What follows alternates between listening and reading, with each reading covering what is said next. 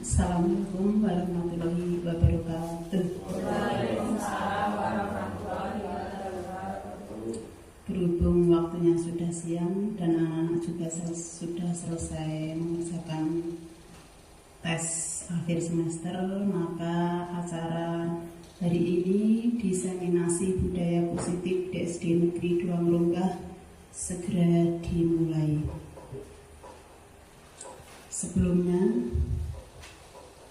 Sebelum saya membacakan acara, terlebih dahulu marilah kita panjatkan puji syukur kehadirat Allah Subhanahu wa Ta'ala, yang mana pada pagi hari ini menjelang siang kita masih diberi kesehatan, umur panjang sehingga dapat bertemu dalam acara diseminasi budaya positif DSD Negeri 2 Meronggah. Susunan acara yang pertama yaitu pembukaan, yang kedua sambutan Bapak Kepala Sekolah, yang ketiga inti yaitu penyampaian diseminasi budaya positif oleh Bu Ela Safiyati, yang keempat penutup. Menginjak acara yang pertama yaitu pembukaan, marilah kita buka dengan bacaan basmalah bersama-sama. Bismillahirrahmanirrahim. Acara yang kedua yaitu sambutan Bapak Kepala Sekolah kepada Bapak Suwarno. Kami persilahkan.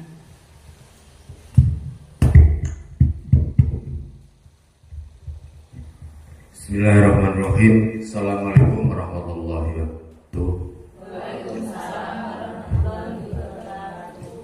Alhamdulillah wa syukurillah, la haula wa la quwwata illa billahil aliyyil azim. Amma ba'du.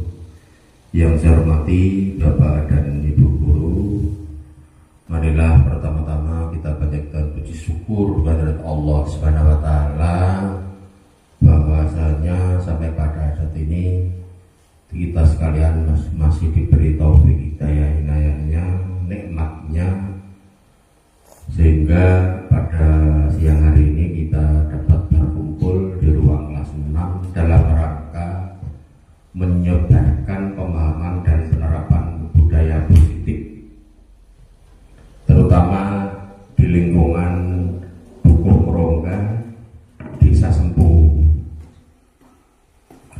Sholawat dan salam kita tujukan kepada junjungan agung Nabi besar Muhammad Sallallahu Alaihi Wasallam, yang kita tunggu-tunggu pertolongan dan syafaatnya nanti di Yaumul Qiyamah. Bapak Ibu guru yang saya hormati, hari ini Bu Ela Safiyati akan praktek mengajar yaitu dengan tema menyebarkan pemahaman dan penerapan budaya positif. Ini kaitannya dengan budaya, sehingga anak-anak dikenalkan dengan budaya-budaya yang positif. Yang pertama, Bu Ella Sufiati selaku calon guru penggerak, ini yang pertama harus bisa menggerakkan dirinya sendiri. Artinya lebih inovatif dan lebih kreatif dalam segala hal, terutama dalam hal mengajar di kelasnya. Karena apa? Karena sudah lulus menjadi calon guru penggerak, sehingga harus menjadi contoh dan panutan yang ada di SDN 2 Krongkah ini. Sehingga harapan saya selaku kepala sekolah, Bu Ella Sufiati harus mempunyai kemampuan lebih daripada teman-teman yang belum menjadi calon guru penggerak. Ya, mulai dari disiplinnya, mengajarnya, kemudian anak-anak saya harapkan untuk mengenal alat peraga, baik itu alat peraga alami maupun alat peraga IT, sehingga anak-anak itu tidak verbalisme, artinya tahu ceritanya, tahu pengetahuannya, tetapi tidak tahu urut-urutan gerakannya. Ini verbalisme, sehingga anak-anak itu contoh, andai kata ada gerhana bulan atau gerhana matahari, ini Bapak Ibu guru harus menerapkan dengan alat-alat IT yang menjelaskan di situ gambar gerhana bulan dan gerhana matahari. Ini contoh kecil. Contoh yang lain, binatang-binatang, tumbuhan sama banyak sekali. Jadi mengajarnya harus lebih konkret, terutama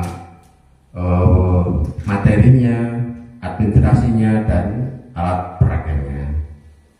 Harapan saya seperti itu, sehingga anak-anak nanti mempunyai prestasi yang lebih, terutama kelihatan kalau mengikuti lomba di tingkat kecamatan.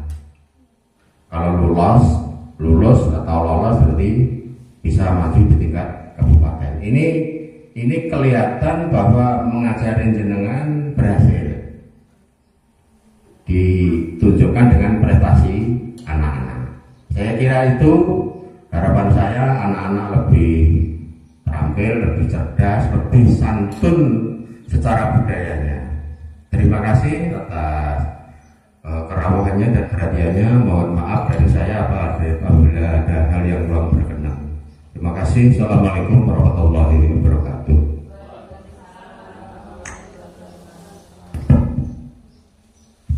Demikian sambutan dari Bapak Kepala Sekolah yang sudah memberikan dorongan-dorongan ke Miss Ella. Semoga nanti bisa terlaksana pada prakteknya. Acara yang ketiga yaitu inti, yaitu penyampaian diseminasi budaya positif oleh Bu Ella Sufiati. Aku dan tempat saya persilahkan.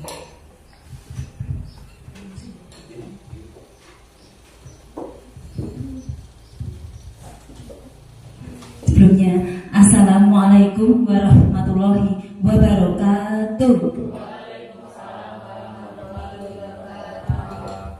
Yang terhormat Bapak Kepala Sekolah SD Negeri 2 Krongkah, yang kami hormati Bapak Ibu Guru.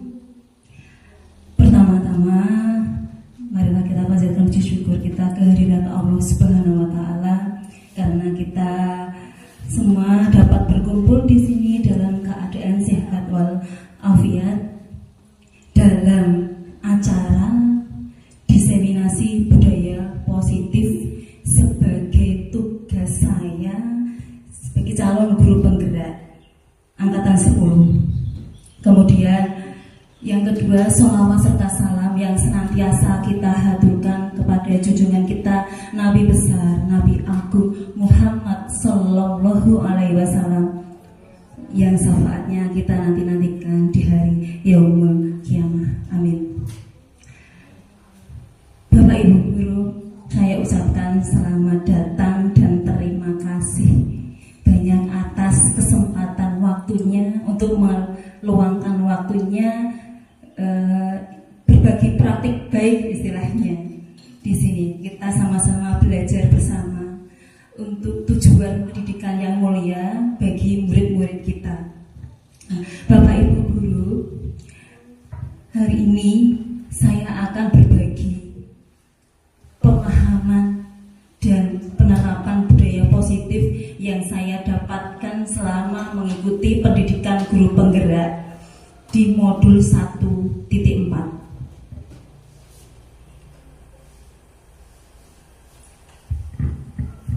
Nah, biar lebih semangat dulu, coba kita ice breaking terlebih dahulu ya Bapak Ibu, biar tidak sepanang. Mari kita berdiri dulu sejenak. Kita senam kokonat bersama-sama. Kokonat itu terdiri dari huruf C, gini ya, nanti ya, C, O, N, U, T. Berdiri. Coba. Bisa jaga jarak dulu. Atur jaraknya. Ayo. Konsentrasi. C, O, N ke bawah, U ke atas, lurus. Coba lagi. C, O, N, U, T. Ya, lebih cepat lagi ya. Coba. C, O,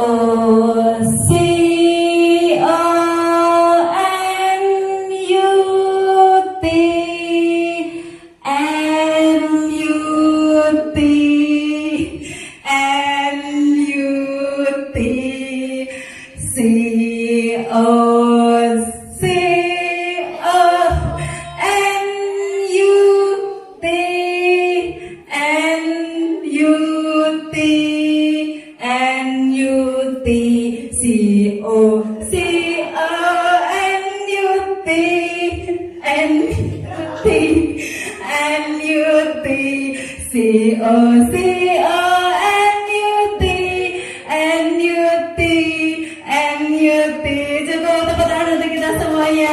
Terima kasih Bapak Ibu. Ya, melatih konsentrasi.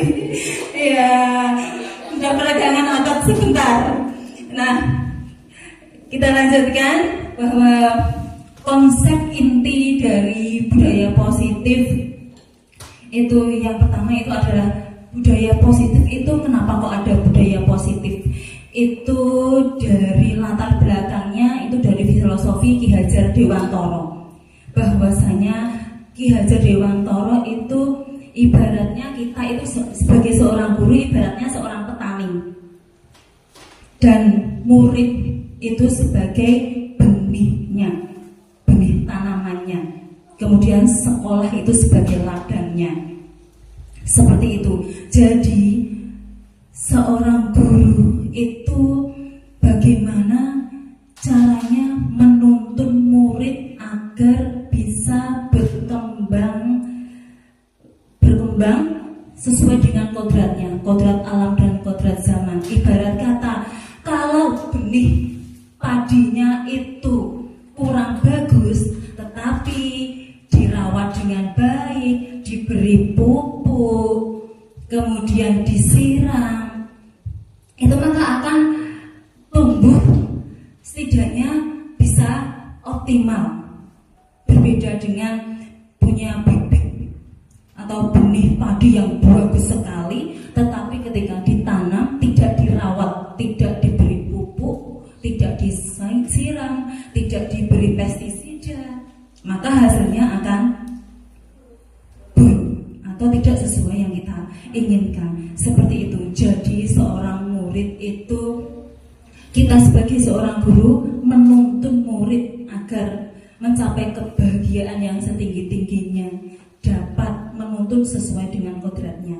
Nah, itu dengan apa kita caranya menuntun murid agar biar dia itu bisa berkembang sesuai dengan kodratnya, yaitu dengan budaya positif yang ada di sekolah. Nah, inti dari budaya positif itu sendiri yang pertama adalah pembelajaran dengan paradigma baru. Kemudian yang kedua adalah konsep disiplin positif. Yang ketiga, keyakinan kelas. Budaya positif yang keempat adalah pemenuhan 5 kebutuhan dasar manusia.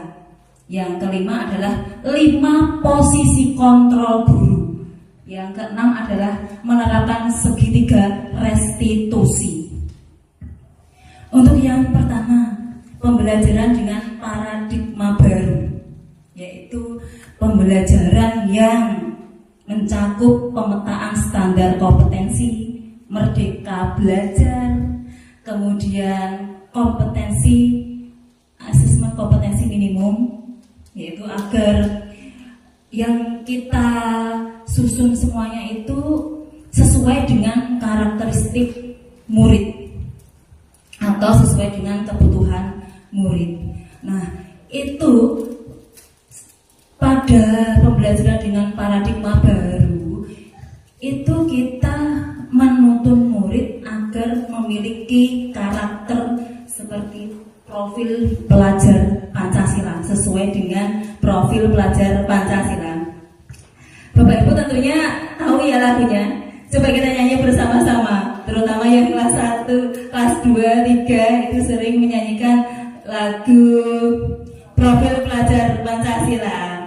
Ayo, 1, 2, 3. Pelajar Pancasila beriman dan bertakwa pada Tuhan yang esa dan berakhlak mulia, berkebinekaan global, gotong royong mandiri, kreatif dan bernalar kritis. Itulah Bapak Ibu guru. Tujuannya kita dapat membentuk murid yang memiliki karakter sesuai dengan profil pelajar Pancasila. Nah, selama ini itu ada banyak miskonsepsi tentang teori kontrol. Yang pertama adalah ilusi guru mengontrol murid. Sering Bapak Ibu dengar bahwa guru itu mengontrol murid. Sebenarnya bukan seperti itu. Ketika ada murid yang bermasalah tentang bagaimana sikapnya, kemudian melanggar aturan, itu karena dia berusaha memenuhi kebutuhan dasarnya. Guru mengontrol murid itu ketika murid sepertinya bisa dikontrol oleh guru yang ini, guru A misalkan. Murid ini bisa dikontrol oleh guru A. Guru A ini pandai mengontrol murid ini. Sebenarnya bukan seperti itu. Ketika kontrol itu diterapkan ke murid dan murid itu bisa dikontrol guru karena kontrol yang diberikan guru itu sesuai dengan kebutuhan dasarnya. Namun ketika kontrol yang diberikan oleh guru tidak sesuai dengan kebutuhan dasarnya, bisa jadi murid tidak akan mematuhi perintah guru. Seperti itu. Jadi kontrol guru itu dapat diterima murid karena yang diberikan itu sesuai dengan kebutuhan dasarnya. Jadi segala perilaku manusia itu sebenarnya tujuannya adalah untuk memenuhi kebutuhan dasarnya. Ketika kebutuhan terpenuhi, maka murid tidak akan menyimpang dari perilaku atau aturan yang berlaku karena kebutuhan dasarnya dia merasa terpenuhi. Seperti itu. Kemudian ilusi bahwa semua penguatan positif itu adalah efektif dan bermanfaat. Yang ketiga, ilusi bahwa kritik dan membuat rasa bersalah mampu menguatkan karakter. Ini masih ilusi. Ilusi itu angan-angan perasaan kita, anggapan kita. Kemudian ilusi bahwa orang dewasa berhak memaksa.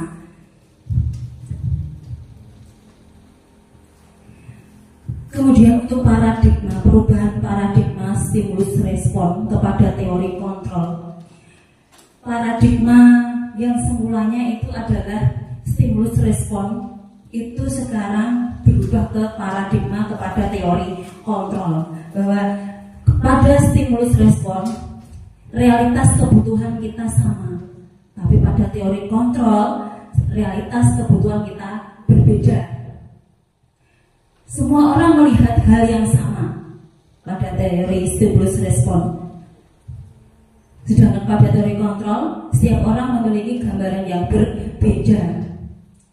Perubahan paradigma dari stimulus respon pada teori kontrol, bahwa kita semua mengalami pandangan orang lain tentang dunia.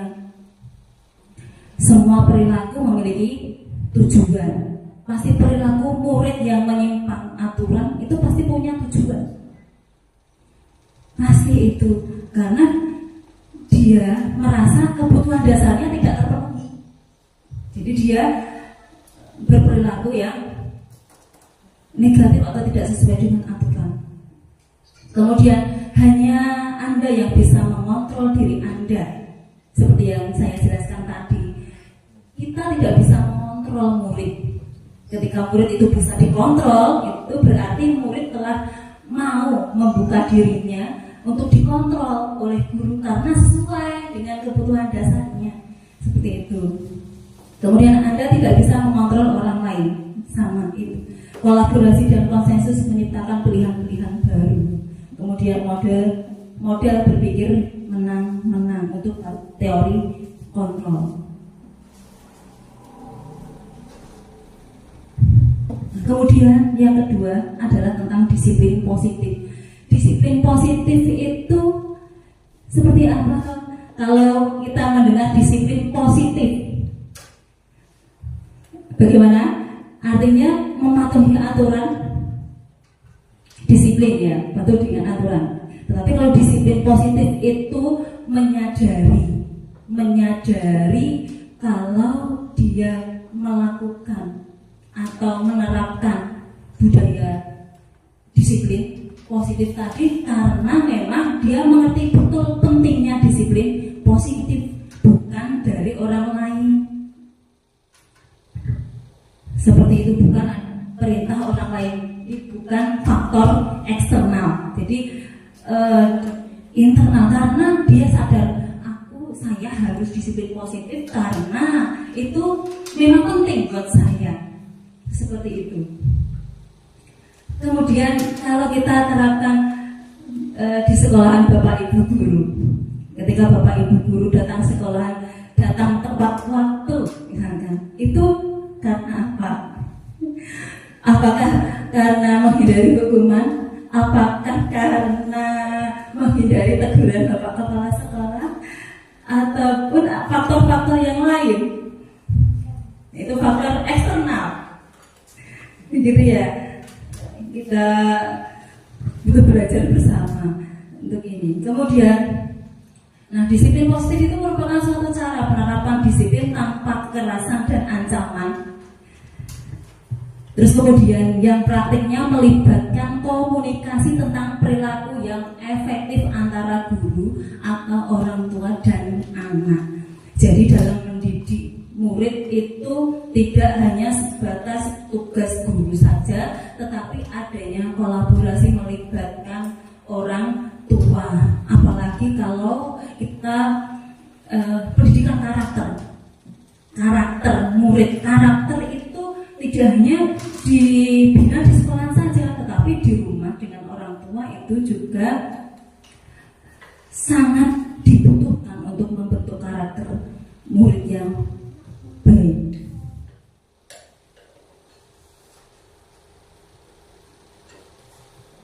Nah, tadi kita sebagai seorang pendidik itu memiliki tujuan bahwa murid itu yang memiliki disiplin positif akan memotivasi internalnya dirinya sendiri dan bisa menguasai diri untuk melakukan tindakan yang sesuai dengan nilai-nilai kebajikan universal.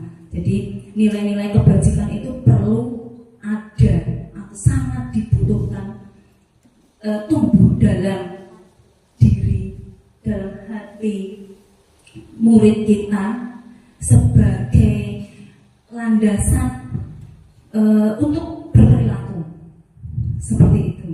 Jadi perlu adanya keyakinan atas kebijakan atau kebajikan universal yang diyakini.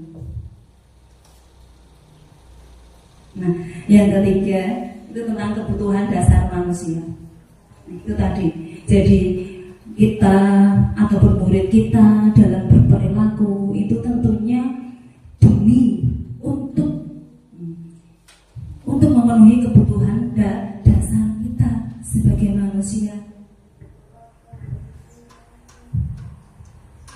Nah, berdasarkan teori kontrol itu ada 5 kebutuhan dasar manusia. Yang pertama adalah kebutuhan bertahan hidup.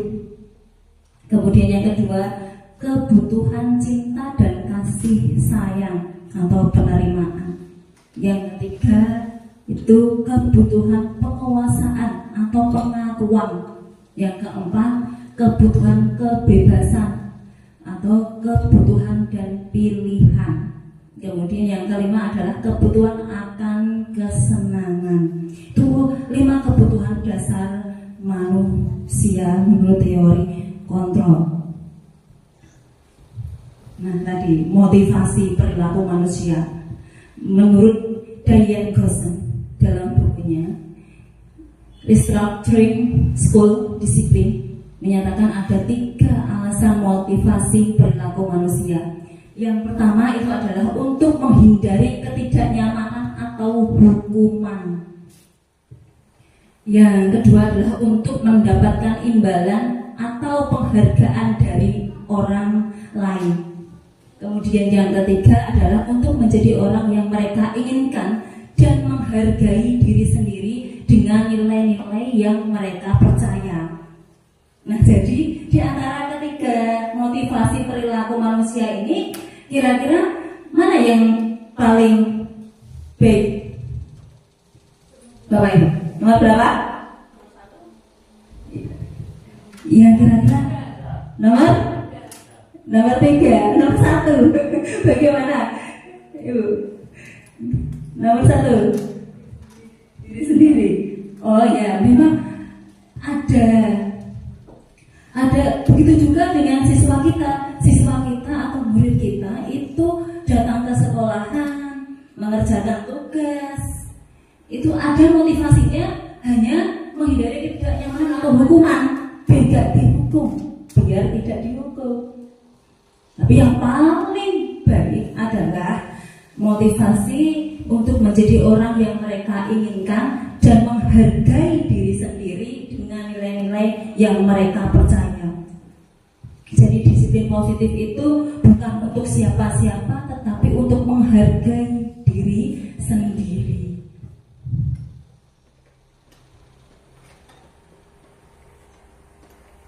Nah, kemudian tadi ketika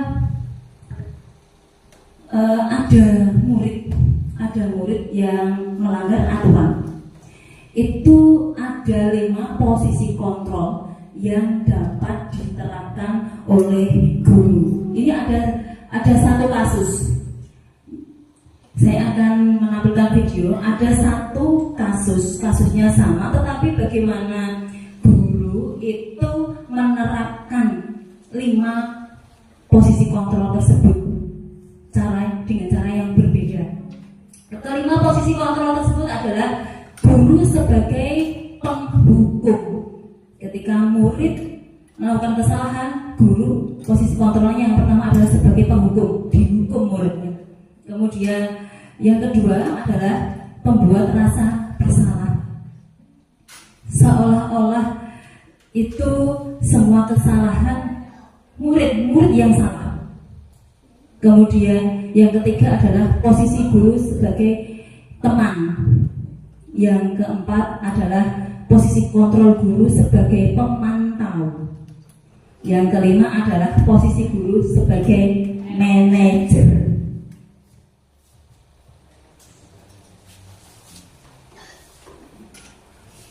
Coba simak video pelanggaran murid ketika murid melakukan pelanggaran, kemudian bagaimana guru melakukan atau bertindak sebagai posisi kontrol kelima posisi kontrol tersebut.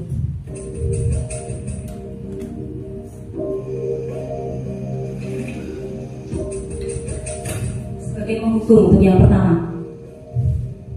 Naren, sini kamu. Selamat pagi, Bu. Selalu terlambat. Kamu deh, pasti terlambat. Maaf, Bu. Saya Apa? Apa coba? Alasan kamu apa lagi? Kapan sih kamu tidak terlambat? Malas sekali ya kamu jadi anak. saya Dasar pemalas. Gak kapok-kapok sih kamu. Sudah berapa kali terlambat? Sana, kamu keliling lapangan basket 2 kali. kenapa saya harus ke lapangan basket, Bu? Kenapa?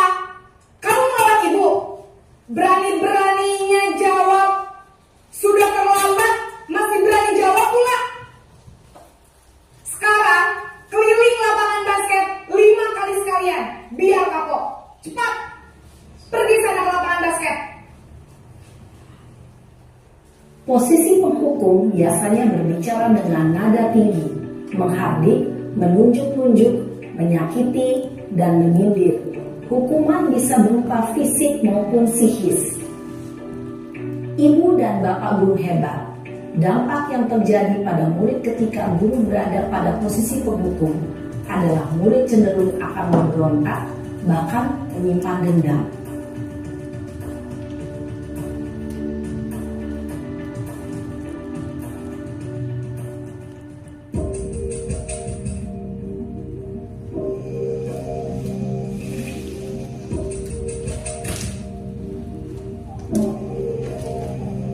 Naren!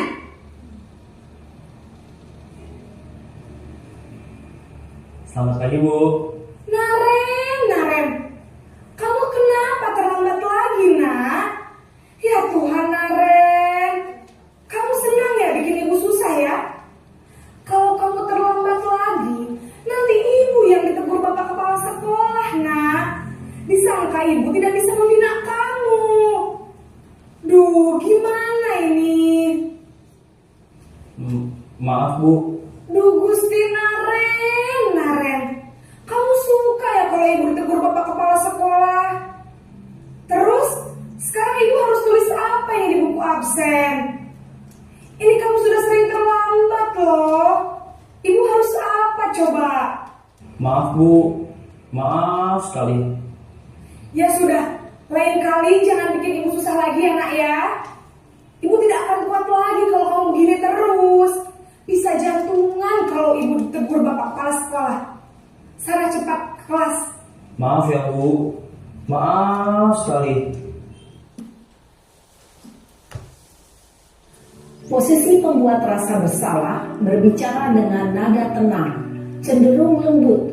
Namun kata-kata yang diutarakan membuat murid merasa menjadi orang yang gagal, memandang buruk dirinya sendiri, merasa tidak berharga, dan tidak sanggup membahagiakan orang lain. Ketika guru mengambil posisi pembuat rasa bersalah, murid akan menganggap dirinya yang bersalah dan ia akan menyimpan emosi negatif tersebut di dalam dirinya.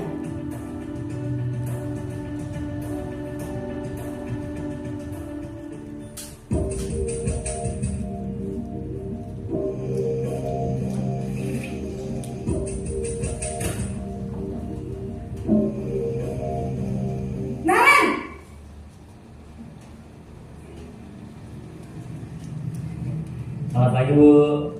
Wah, sudah jam berapa ini nak? Terlambat lagi ya sayang. Iya Bu, habis ibu saya lupa bangunkan saya Bu. Kamu malah menyalahkan ibu kamu. Kamu bukannya anak yang larinya paling kencang. Kok terlambat sih?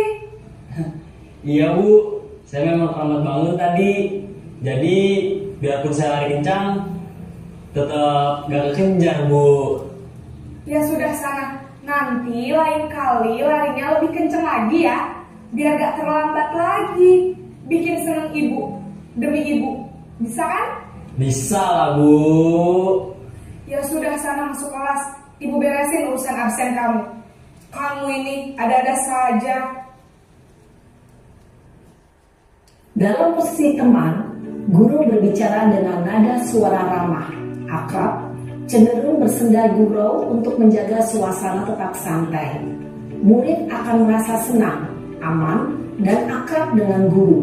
Identitas yang tercipta adalah identitas sukses atau berhasil.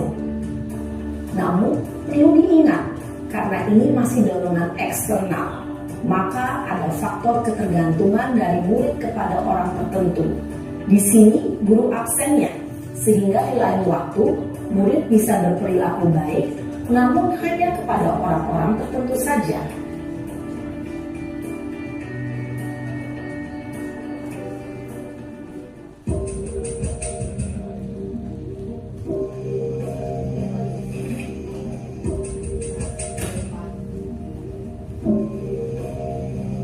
Naren!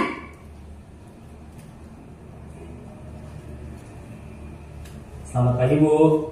Naren, apa peraturan sekolah kita tentang jam berapa kita harus masuk sekolah, nak? Kita harus di sekolah jam 7 Bu. Iya betul, sekarang sudah jam 7.20. Naren sudah tahu konsekuensinya jika terlambat hadir. Paham Bu. Saya harus tinggal kelas pas jam istirahat selama 20 menit. Iya benar, konsekuensinya demikian. Jadi nanti jam 9.30 pas istirahat, kamu harus tinggal di kelas, kerjakan tugas tambahan untuk ketertinggalan kamu, ya? Baik Bu. Posisi pemantau mengandalkan penghitungan atau data untuk mengontrol murid. Guru mengarahkan murid berdasarkan peraturan dan konsekuensi. Seorang pemantau menunjukkan bahasa tubuh dan ekspresi wajah yang datar dan cenderung formal.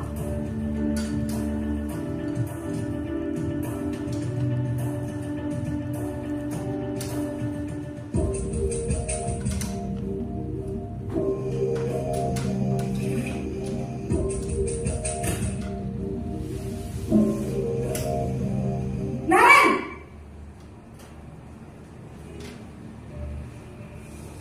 Selamat pagi Bu. Selamat pagi, Naren. Maaf Bu, saya terlambat.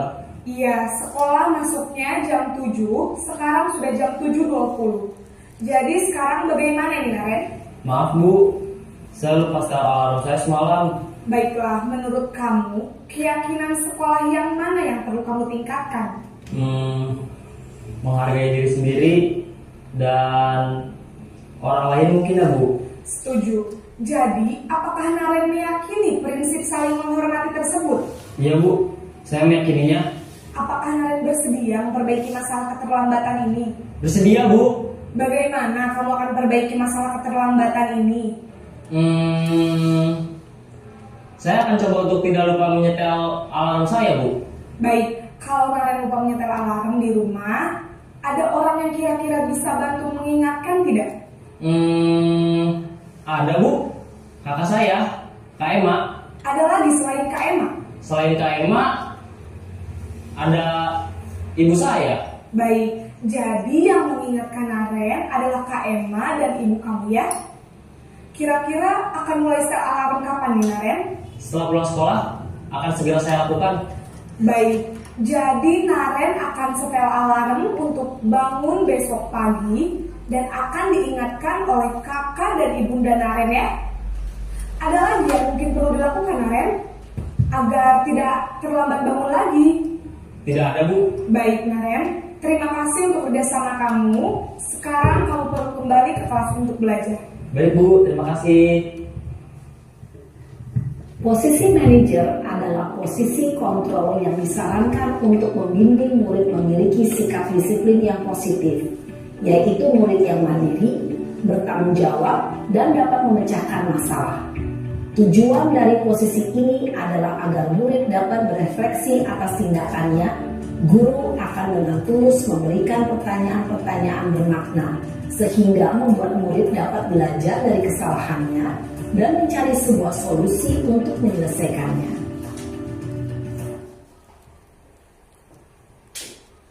Nah, itulah tadi adalah video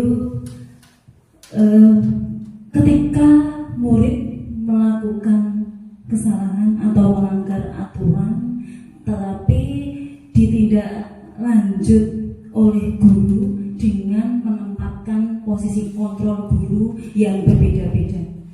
Yang pertama tadi posisi penghukum, kemudian yang kedua posisi kontrol guru, membuat merasa bersalah. Yang ketiga adalah memantau. Kemudian yang selanjutnya adalah tadi apa? Kenapa? Menjadi teman, kemudian manajer. Nah, dari kelima posisi kontrol guru itu, selama Bapak Ibu guru menjadi guru, posisi kontrol mana yang pernah Bapak Ibu guru terapkan? Silahkan Bapak Ibu guru menuliskan di kertas sticky note dan tempel di depan. Nah, jujur saja, tidak usah ketika pernah melakukan penghukum, tidak apa-apa ditulis, ya. Ditulis, iya, tidak apa-apa.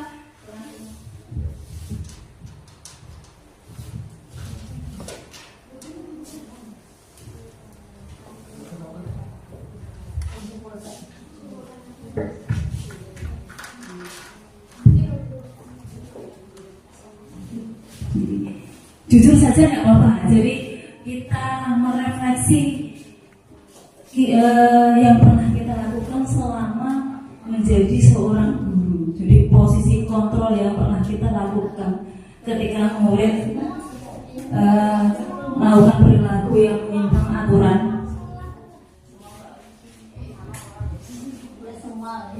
Jika semua.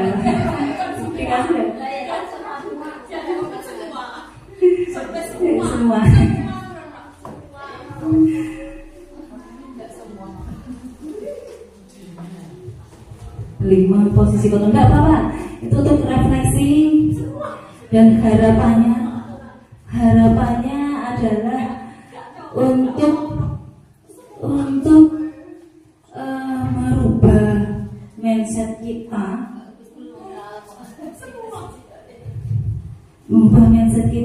dan dapat merubah paradigma kita dari posisi kontrol yang hanya sifatnya merubah secara eksternal, memberikan pengaruh secara eksternal, sampai memberikan pengaruh secara internal atau intrinsik pada siswa.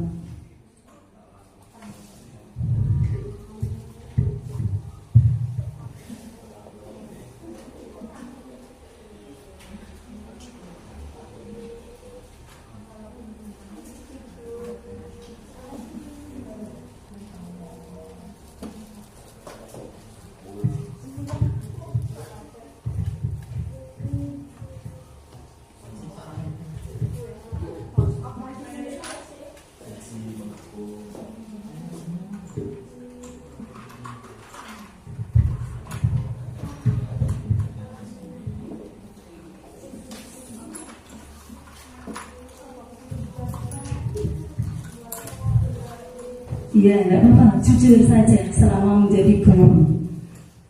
Posisi kontrol mana yang pernah Bapak Ibu terapkan?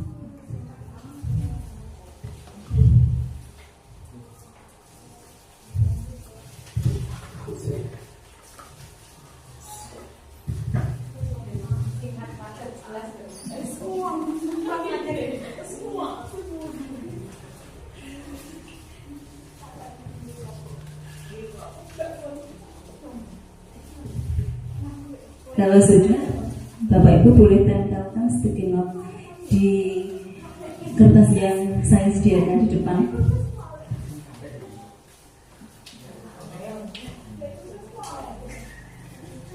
Di atas ada perkatnya ya.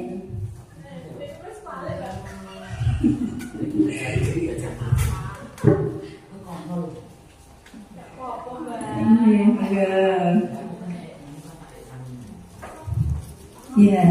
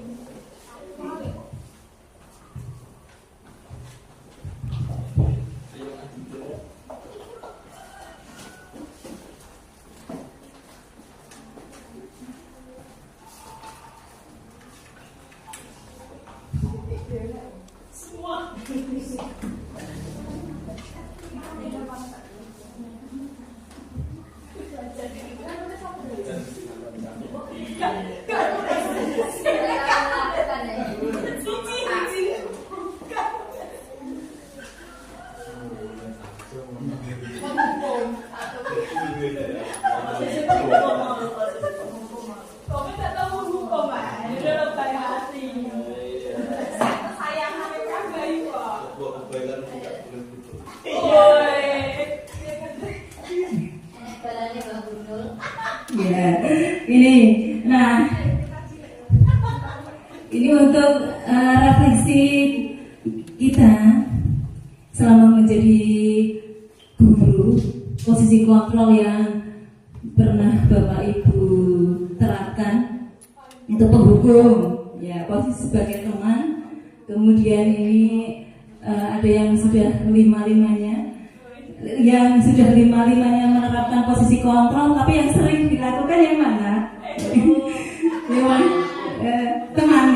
teman ya, sebagai teman. Karena membuat suasana itu menjadi suasana yang tidak menegangkan, tidak menakutkan. Jadi posisi santai, jadi mengontrol murid dengan santai. Kemudian 3, 4, 5 ya, ini juga kelima-limanya diterapkan. Kemudian ini ada yang menjadi teman saja, terus kemudian menghukum sebagai teman, membuat merasa bersalah. Dan ini ada satu bapak guru ya yang hanya menerapkan satu sebagai penghukum selama ini. Tidak apa-apa, jujur sebagai seorang guru. Yang diterapkan baru satu sebagai penghukum. Nomor 1. Iya. Iya. Iya. Budaya itu karena benar sekali sebagai penghukum. Penghukum itu ketika dikaitkan dengan konsekuensi, maka itu akan bermanfaat untuk murid.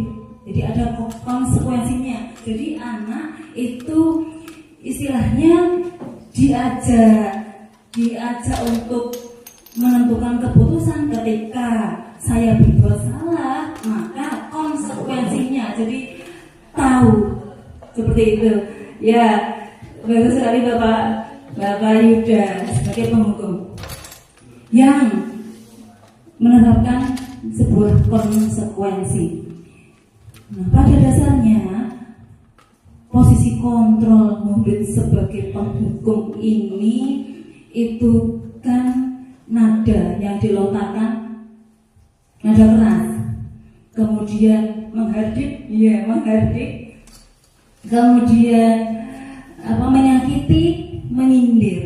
Nah, itu semua malah membuat murid tidak berubah untuk berperilaku yang positif, tetapi malah akan menimbulkan perilaku negatif lainnya. Dia menjadi pendendam. Kemudian karena kesalahan itu malah bahkan bisa terjadi berulang kali, karena faktornya itu adalah faktor eksternal. Kalau mungkin anak itu tidak tidak istilahnya taat aturan. Ketika anak itu taat aturan, tapi dengan posisi kontrol menghukum, anak itu berubah. Tapi karena ada hukuman, saya taat kepada aturan karena saya tidak ingin dihukum. Itu faktor eksternal atau ekstrinsik. Bahwa faktor ekstrinsik itu kalau istilahnya itu kalau membuat perubahan perilaku murid itu tidak jangka panjang.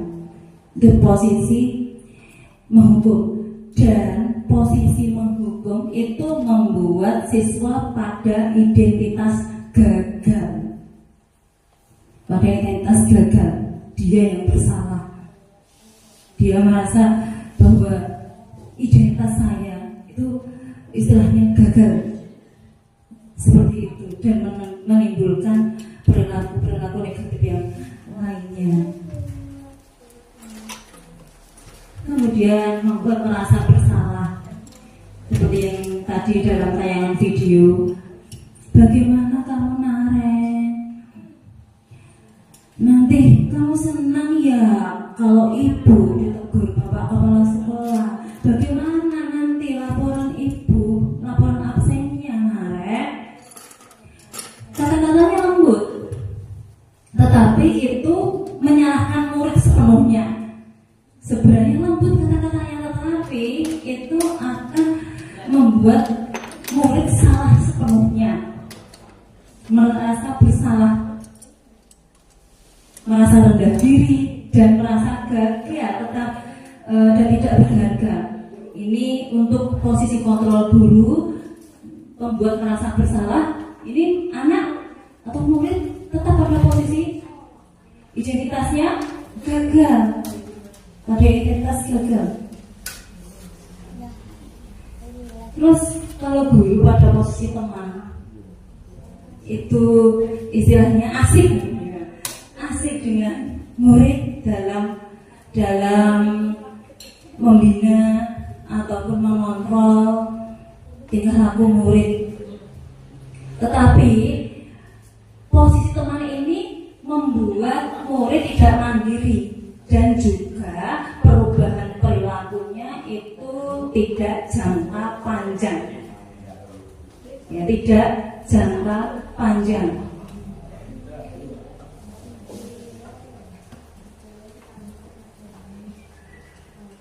Kemudian untuk posisi kontrol, kalau pada posisi kontrol sebagai teman tadi, memang itu identitasnya sudah tidak identitas gagal. Murid sudah beralih dari identitas gagal menuju identitas sukses sebagai teman. Tapi tadi membuat murid tidak mandiri. Kemudian posisi kontrol guru sebagai memantau. Jadi itu murid ketika diperlakukan guru sebagai kontrol pemantau, itu murid akan hitung-hitungan dengan guru. Ya, jadi masih hitung-hitungan. Oh ya, saya kelas 20 menit, berarti saya tidak boleh mengikuti kelas selama harus menambah jam lagi selama 20 menit untuk tugas tambahannya. Jadi anak-anak kalau posisi guru sebagai pemantau itu juga dapat menciptakan identitas sukses pada anak. Tetapi nanti anak itu akan melakukan sesuatu atau perilaku yang baik itu ketika dia mendapatkan hadiah misalnya, atau untuk menghindari hukuman. Ya, jadi saya akan misalkan memberikan hadiah kepada anak. Ya, memberikan hadiah kepada anak itu juga tidak disarankan atau tidak diperbolehkan. Karena apa? Ketika kita memberikan hadiah kepada anak, misalkan anak yang pandai diberikan hadiah, ya, itu sebenarnya bukan untuk memotivasi siswa, tetapi malah akan menyebabkan ketergantungan dengan perlakuan seperti itu dan menyebabkan dampak yang luar biasa untuk teman-temannya. Ketika anak yang satu diberikan hadiah, kemudian anak-anak yang lain itu merasa dia itu posisinya dihukum karena tidak mendapatkan hadiah itu tadi. Seperti itu. Jadi untuk posisi guru ketika memberikan penghargaan, memberikan hadiah itu malah menyebabkan siswa-siswa yang lain yang tidak mendapatkan hadiah merasa itu adalah hukuman. Kenapa saya tidak bisa seperti itu? Nah, jadi itu akan membuat murid ketergantungan. Saya akan belajar kalau ada hadiahnya, kalau tidak ya malas, nggak semangat belajar. Nanti akan mempengaruhi motivasi siswa karena ketergantungan dengan orang lain. Misalkan saja salah satu guru telah menerapkan bintang. Ketika anak-anak, terutama guru kelas rendah, ketika anak-anak mau masuk kelas pasti dorong-dorongan pengen masuk duluan. Ya. Ketika bagaimana caranya murid saya biar tidak masuk kelas dorong-dorongan dan bisa baris rapi masuk kelas. Caranya bagaimana? Oh iya, tak kasih bintang aja. Anak-anak nanti ya bisa masuk kelas dengan tertib baris, dengan rapi. Nanti ibu kasih bintang. Nah, akhirnya ketika keesokan harinya anak rapi untuk masuk karena ada apa? Motivasi itu mendapatkan penghargaan rapi. Nah, ketika wali kelasnya tidak masuk, ketika wali kelas tersebut tidak masuk keesokan harinya, apa yang terjadi? Ketika itu digantikan oleh guru lain, anak-anak itu akan kembali ke semula karena dia tidak dikasih bintang, biar tidak seperti bunga misalkan gitu, tidak seperti bunga dikasih bintang karena hari ini diganti oleh penasihat misalkan gitu. Jadi akan kembali ke perilaku sebelumnya karena motivasi perilakunya itu karena mendapatkan penghargaan. Itu tidak bersifat jangka panjang dan itu merupakan penghukuman atau hukuman malah bagi siswa yang lain. Nah, posisi kontrol yang diharapkan, yang disarankan, yang paling solutif terbaik yang diterapkan oleh guru itu adalah posisi seorang manajer. Walaupun pada posisi kontrol sebagai pemantau itu juga bisa menciptakan identitas sukses, tetapi itu masih merupakan motivasi ekstrinsik dari luar, tidak berjangka panjang. Kemudian yang paling disarankan adalah sebagai seorang manajer. Jadi guru sebagai seorang manajer di sini itu membentuk keyakinan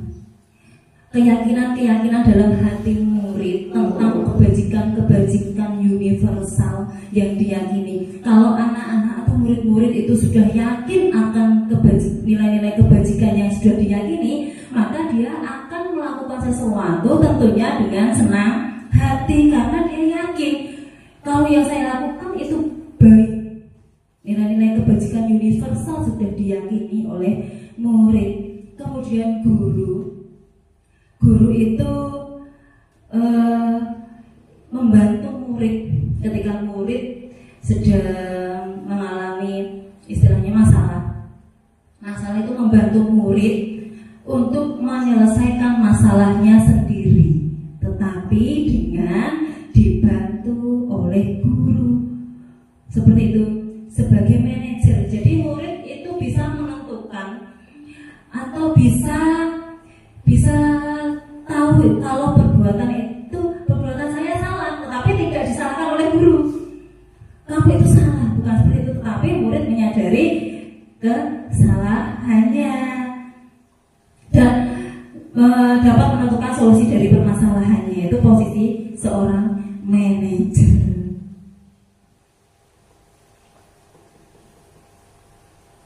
Nah, kemudian yang kelima adalah tentang keyakinan kelas. Keyakinan kelas itu apa? Loh? Keyakinan kelas adalah setiap tindakan atau perilaku yang kita lakukan di dalam kelas dapat menentukan terciptanya sebuah lingkungan yang positif. Perilaku warga kelas tersebut menjadi sebuah kebiasaan. Apa yang dilakukan warga kelas itu akan menjadi kebiasaan yang akhirnya akan membentuk sebuah budaya positif. Dalam mewujudkan perilaku warga sekolah yang memiliki budaya positif, hal yang perlu diciptakan dan disepakati adalah membuat keyakinan atau prinsip-prinsip dasar bersama di antara warga kelas untuk mendapatkan nilai-nilai kebajikan yang disepakati bersama. Kenapa kok keyakinan kelas, tidak peraturan kelas? Kenapa kok tidak peraturan kelas? Bagaimana? Kalau peraturan mesti dilanggar. Kalau peraturan mesti dilanggar. Kalau ada aturan mesti dilanggar. Kalaupun dipatuhi itu karena untuk menghindari hukuman, menghindari ketidaknyamanan. Nah, mindset dari murid kenapa dialihkan dari peraturan kelas menjadi keyakinan kelas? Karena dari keyakinan kelas itu dapat memberikan motivasi intrinsik bagi murid, lebih memotivasi ketika peraturan kelas diubah menjadi keyakinan kelas. Dan dalam membuat keyakinan kelas itu ada beberapa cara dalam membuat keyakinan kelas. Tidak hanya asal membuat keyakinan kelas, bagaimana keyakinan kelas itu dapat mendarah daging di hati murid. Yang pertama adalah keyakinan kelas hendaknya bersifat lebih abstrak. Kemudian keyakinan kelas dituliskan berupa pernyataan universal, pernyataan umum. Kemudian pernyataan keyakinan kelas senantiasa dibuat dalam bentuk positif. Contohnya, ketika kita membuat peraturan kelas, jangan membuang sampah sembarangan. Itu negatif atau positif kalimatnya? Menggunakan kata jangan. Negatif ya, jangan. Sebaiknya ketika membuat keyakinan kelas itu jangan membuat dalam bentuk negatif, tapi bentuk positif. Ajakan. Kenapa? Jagalah kebersihan.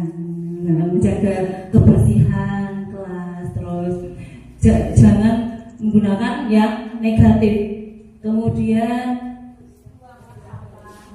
kebersihan adalah sebagian dari iman ya, Bu Guru Agama.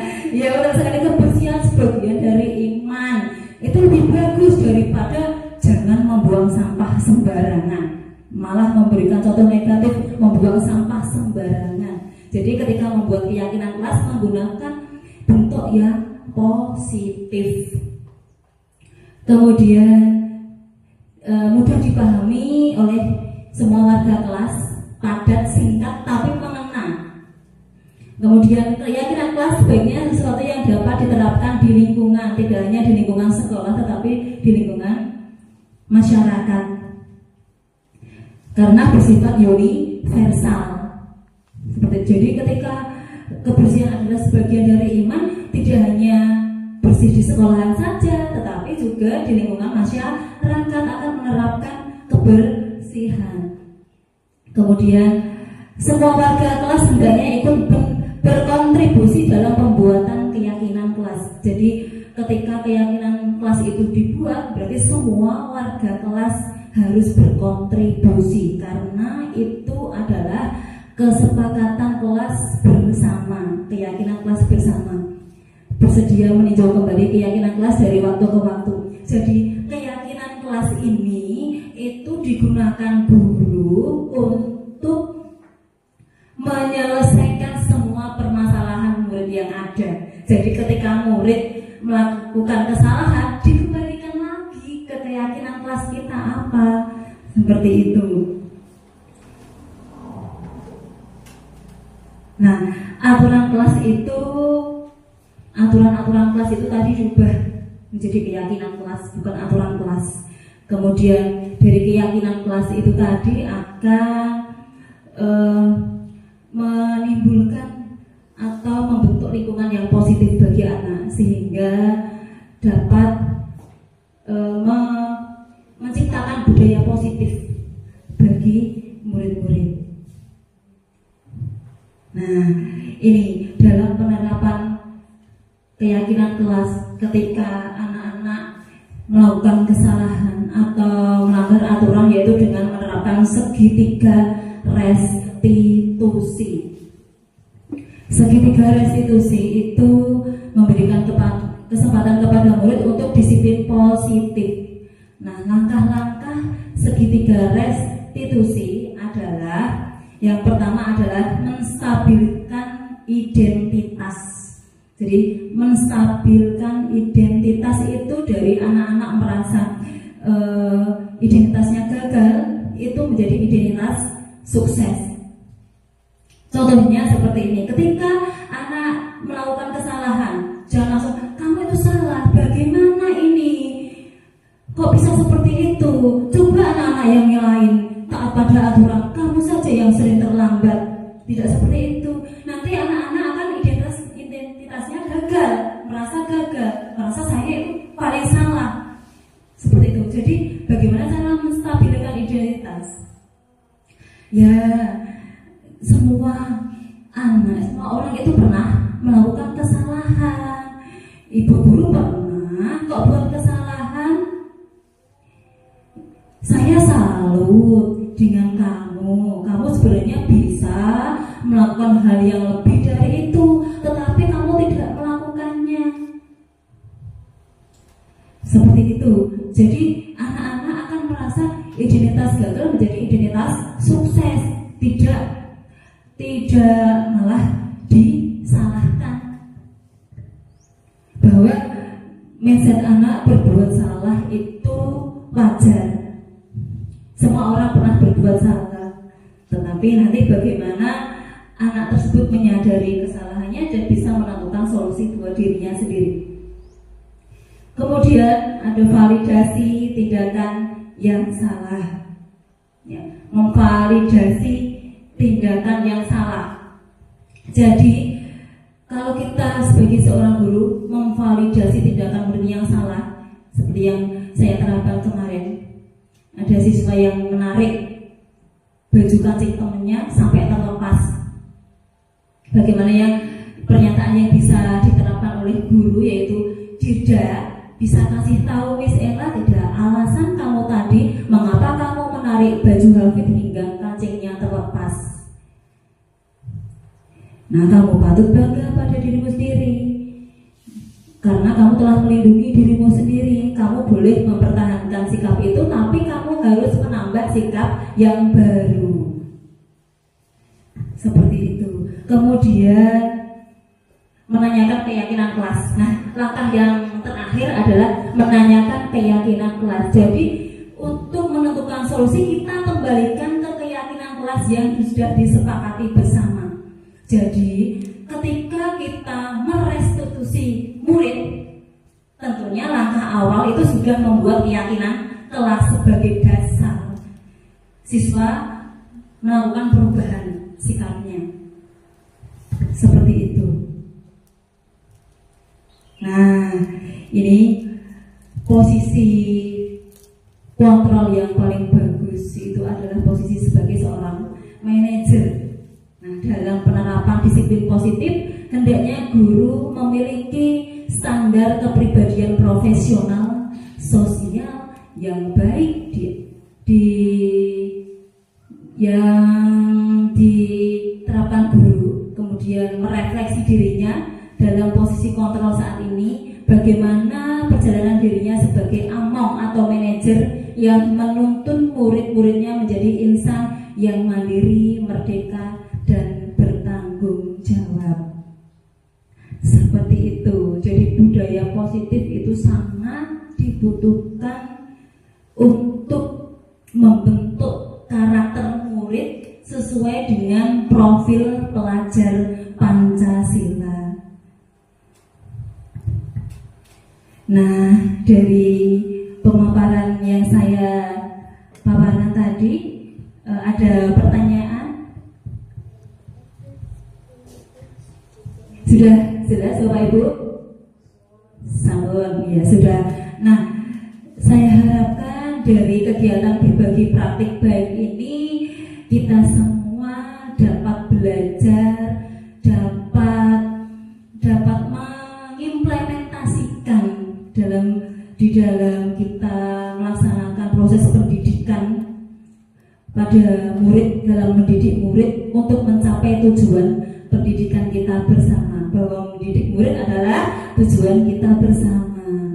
Seperti itu. Cukup sekian pemaparan dari saya. Semoga dapat bermanfaat dan dapat merubah mindset kita menjadi guru yang dinanti-nanti kehadirannya oleh murid dan dapat membimbing murid sesuai dengan kodratnya, baik kodrat alam maupun kodrat zaman. Wabillahi taufiq wal hidayah. Wassalamualaikum warahmatullahi wabarakatuh.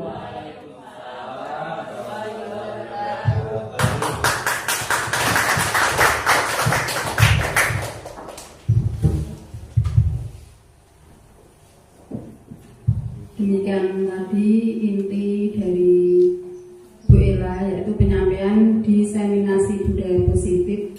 Semoga nanti kita bisa mengambil manfaatnya dan bisa menerapkan dalam pembelajaran di kelas nanti. Saya selaku pembawa acara, apabila ada kata-kata saya yang kurang berkenan, mohon maaf. Acara yang keempat yaitu penutup.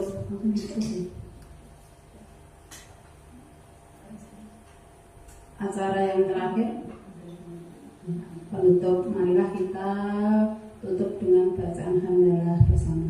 Alhamdulillahirrahmanirrahim. Assalamualaikum warahmatullahi wabarakatuh. Waalaikumsalam.